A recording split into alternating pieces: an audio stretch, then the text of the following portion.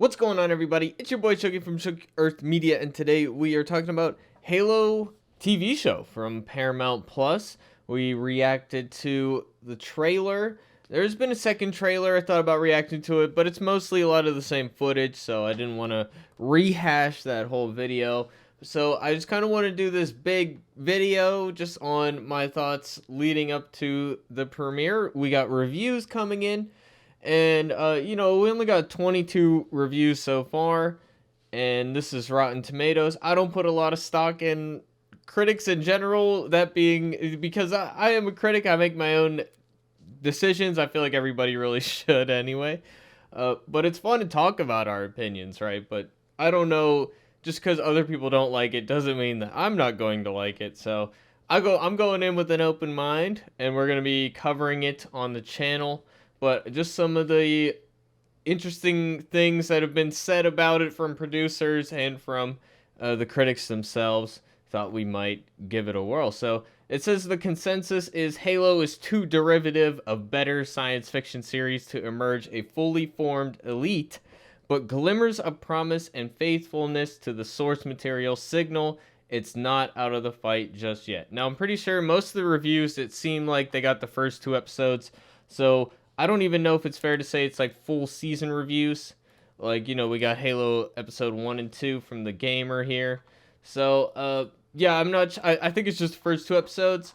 So, it's fairly derivative, people are saying. But, I'm from the perspective of a huge Halo fan.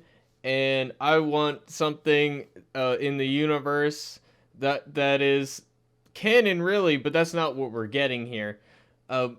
Here we have articles about, the producers explaining production decisions, and there's this article has some standout statements that we're going to refer to. So I would say, the fact it's a 59%, it's a little concerning. Again, like I said, don't put too much stock in this, and I make my own opinions anyway. But audience score is usually what I'm more interested in seeing, but even then, does it apply to me? Who knows? I'll leave my own score eventually. So potentially one of the most concerning quotes as far as reviews go would be from this Daily Beast article, which is called "The Thrilling Series Will Make Gamers Very Happy." So it's a positive. It's a whole tomato, not a rotten tomato, and it's a positive review. But I do feel like it's written by somebody who hasn't played the games. I think he pretty much says that. Then he goes on to say that diehards will be very pleased. But he goes on to describe things that aren't like the game. So I don't know why he would say that diehards. You know what I mean? Like diehards, even if it is good, but it's different, they still might have some issues with it, right? So anyways, it says Master Chief is a pre-programmed RoboCop-ish weapon whose dawning comprehension about his past and purpose initiates a journey towards self-awareness and autonomy. So this is the whole thing with giving Master Chief a backstory, making him understand the backstory and decide who he is and all this. And yeah, that is like the classic Hollywood formula. There's only one story, who am I, and all that.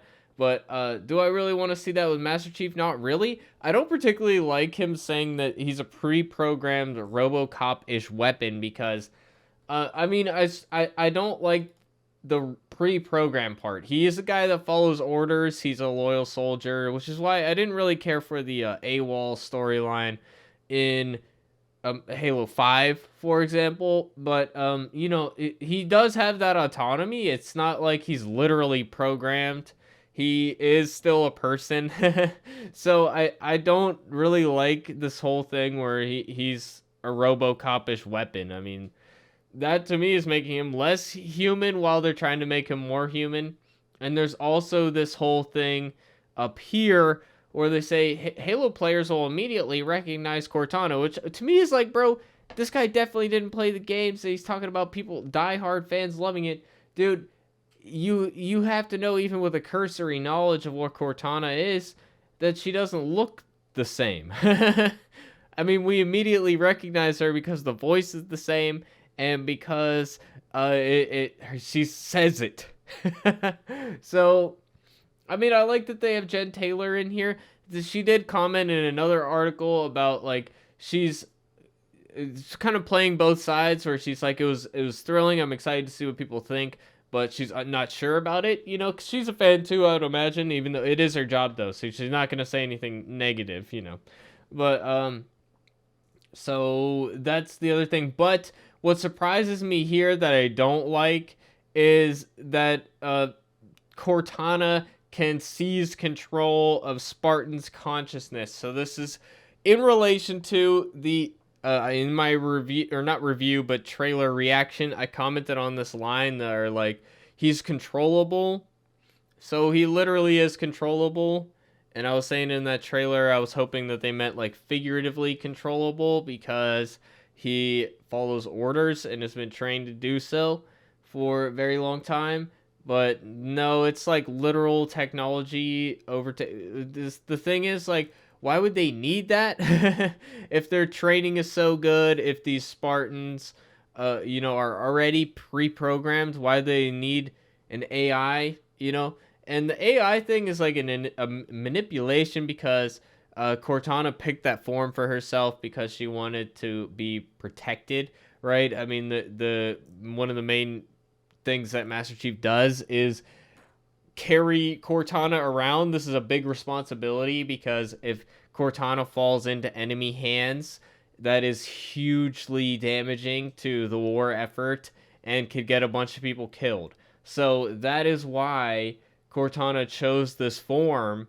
And to me, it's like Cortana is not the weapon. I don't know. I don't like it. So that was probably the most concerning out of the potential review quotes, other than people saying the best character is the girl character, that they are actually rebels, so that is confirmed for sure. But I don't know, I'm just real skeptical of this in general. So yeah, so some things that were said that were very concerning to me in some of these articles, not least of which is that there's a statement, "We didn't even look at the game," says season 1 showrunner Stephen Kane. "We didn't talk about the game. We talked about the characters and the world." Now, I know what he's trying to say here because this is in the context of basically, it actually turns out that 343 teamed up with, it was their idea to team up with Steven Spielberg and Amblin Television presidents, and that's how the show came about. So it was actually 343 pitching it to them so that they can make a show. And the weird thing is, we'll get back to this in a second, but one of the weird things is that elsewhere in this article, it talks about one of the producers, like, I have to give credit to Microsoft to say, they let me change a lot of things. They didn't, as long as it wasn't overly complicated, they just pretty much approved everything. That's what he said. So that to me is concerning. You, as Microsoft, are pitching to this company to become a part of your initiative to create this transmedia. That's what this producer is called. So Microsoft executive and Halo producer Kiki Wolfkill. So her title is something to do with transmedia. That's the word. So that is media other than the games, trying to expand the franchise overall. So there is somebody at 343 working on this show, but it's also like they decided to eschew the canon. It's almost like they talk about it as if the canon was limiting to them and they had to free themselves of the medium. Early on, we were thinking about doing something that could tie very closely with the game. This is the 343 person who I would have thought would have wanted to create a cohesive universe that all ties in from a marketing standpoint, and that it would be stronger if the whole series was connected.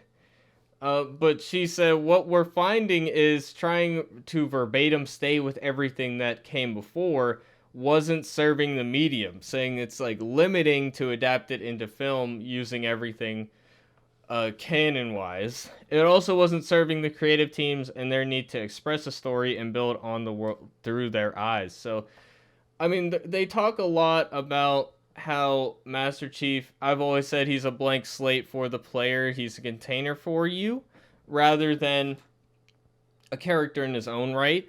And to me, I mean, that just means like I wouldn't say that he should be like the main character. They're trying to do a character piece here with Master Chief and Cortana as well.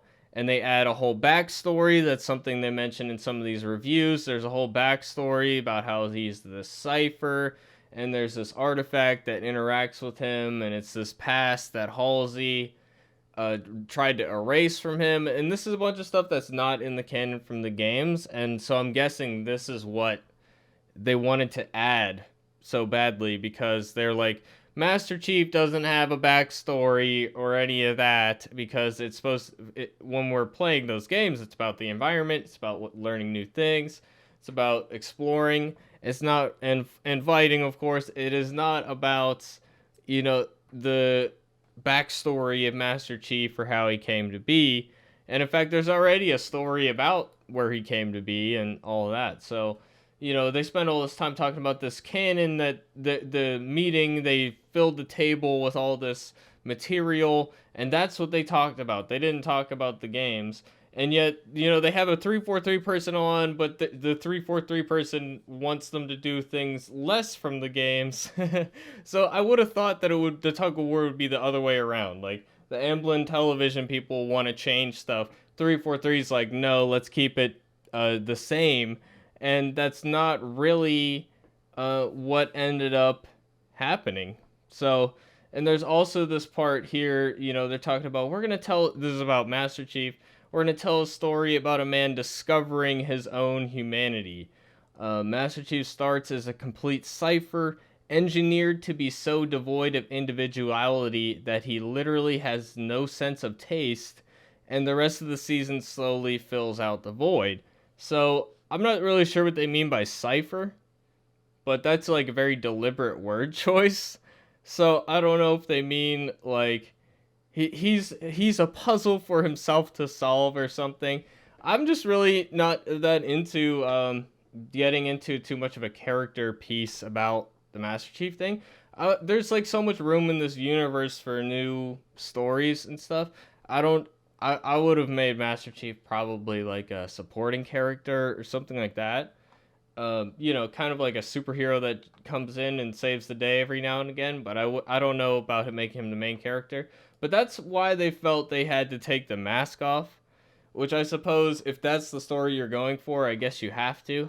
But, it's 20 years without taking the mask off, and there's a very specific reason for why they do that, and the 343 person isn't even concerned about having a television show that doesn't uphold that same, like, legacy, so it's concerning to me. In the comparisons with Star Trek on Paramount Plus, I'm not big on the recent Star Trek installments.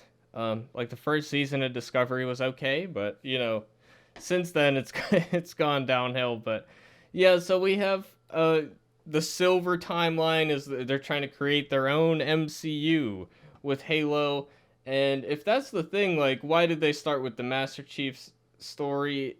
I just just as a personal preference, it wasn't really my thing. And then we're talking about the Cortana thing, and some of the reasoning for the Cortana thing doesn't really make sense to me. And this is the 343 producer talking as well. So this is the Halo people. I don't view it's not a separation at this point. This is 343 having a vision of the character. It's different from the games, which it's confusing in its own right. There's enough confusing stuff in Halo canon that do we really need a whole separate timeline? But she has to feel like a real AI, a real hologram, and be a character that real people are acting against. That was really the impetus in designing her. How do we make her feel very tangible in this Halo world? So all those things to me are argument that she listed as a reason why they redesigned Cortana, to me, is a reason to do it the other way. I mean, to make it look more like an AI, more like a hologram, and more like a character that real people are acting against. I mean, I don't making her look just like a person that's extra glowy instead of like a see-through translucent actually see-through. And I mean, there's plenty of designs they talk about how yeah, there it's weird that people care because we always have a different design. It's like, yeah, you have different designs for Cortana in every game, but she's always blue or purple, and she's see-through. And there's certain things that are consistent. Just making her look like a person just feels like a downgrade. I so the reasons that she gave for doing that to me are the exact opposite. So I'm not really thinking that this show is gonna be. It's not gonna be the faithful thing I want. It's not in canon, and they're focused on trying to make it a character piece, and stuff I'm interested in generally, but in terms of like, do I want a character piece with Master Chief? Not so much. So, it's was interesting in this article. I do recommend reading the whole thing. It's interesting to me that they've already been renewed for season 2, and they've lost one or both of the showrunners leaving the show. So it's weird to me that, like, I don't know why we're doing season 2 renewals before season 1 is even out. It seems like they don't even. Are they waiting for a response? Are they just assuming people are gonna love the show? I don't know. I feel like they haven't earned it yet. So I don't know. I suppose we will find out on the 24th when it comes out. I'm gonna do a review. I'm not sure what day of the week is that is, and it's a Thursday. Okay, so I'll probably put up a video that day about it, unless I have some pressing work to get done. So that's pretty much just me rambling about Halo stuff, guys. Let me know what you think in the comment section down below. Are you looking forward to it? Are you worried that it might be a little too different? Yeah, I'm not sure how I feel about, all the things. And I didn't address this yet, but the whole, false start thing where it's actually not about Master Chief. The leaks we covered before, and it's about this other girl. This other girl does seem to be an important character from what people are saying. She's the only one who's been given license to show off her range so far. So really, they are pouring a lot into this character. So whether or not those leaks are true, I don't think Master Chief is going to get kidnapped in the first 2 episodes, or it would have leaked out already.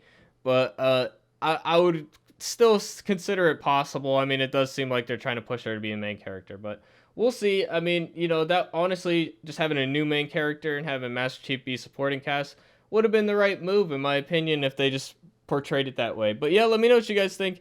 And would you preferred a canon TV show as well, like I do? So let me know what you guys think in the comment section down below. Sub for the Halo review and other TV shows and stuff. And keep it locked on Shook Earth Media. And I'll see you guys in the next one. Peace out, everybody.